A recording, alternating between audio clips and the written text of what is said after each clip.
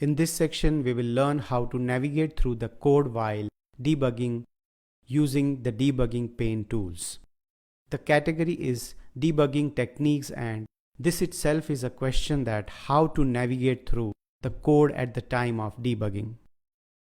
While remaining inside the sources panel and debugging the code is made convenient using these navigation tools inside the debugging pane. Let us practically implement them.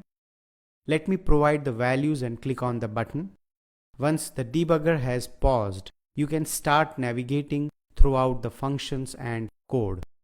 To resume the execution, click on this Resume Script Execution icon and it will continue execution till it encounters any other breakpoint, if at all you have given it. When the debugger has paused on a particular region of code, and if it seems bug-free and you skip that and jump to next function, then click this Step Over the Next Function Call option. It will navigate like this. Let's say there is a breakpoint on this line and I run the code. The debugger pauses, and when you click on this icon, that is to step inside the next function, it will jump into the next one like this. If you want the debugger to leave or step out of the current function, then click this icon.